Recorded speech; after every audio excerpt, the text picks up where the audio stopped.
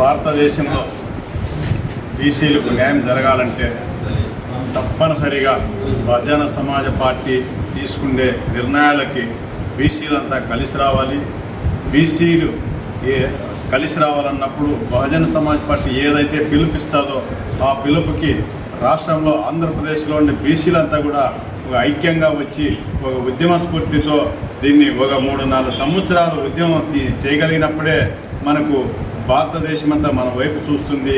Bahujan Samaj party రేపు పొద్దున అధికారంలోకి వస్తుంది.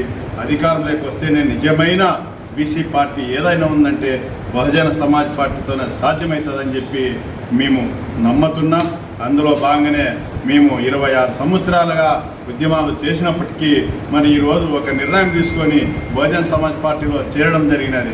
ఎందువల్ల అంటే ఇక్కడ ఉండేది 2 రాజకీయ పార్టీలు. మరి ఆ 2 రాజకీయ పార్టీల్లో కూడా ఉండేది 2 సామాజిక వర్గాలు రాజ్యం వెళ్తున్నాయి. కాబట్టి ఇంకా ఎన్ని రాజకీయ పార్టీలు వచ్చినా ఆ పార్టీలో వాళ్ళే నాయకత్వం ఉంటారు. ఒక్క బహుజన సమాజ్ పార్టీలో మాత్రమే జనాభా లెక్కల ప్రకారమే నాయకత్వం ఉంటుంది. ఆ జనాభా లెక్కల ప్రకారమే సీట్లు వస్తాయి.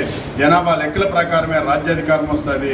కాబట్టి ఒక్క బీసీలే కాదు, ఎస్సీలు, ఎస్టీలు, మైనార్టీలు అందరూ కూడా ఈ బహుజన సమాజ్ పార్టీకి ఐక్యంగా కలిసి దీన్ని రేపు రాజ్యాధికారం తీసుకురావాల్సిన అవసరం ఉందని చెప్పి నేను పూర్తిగా పిలుపునిస్తూ మరి ఇలాంటి మీటింగులు, సభలు, సమావేశాలు, పెద్ద బహిరంగ సభలు కూడా రాబోయే రోజుల్లో జరుపుతాం.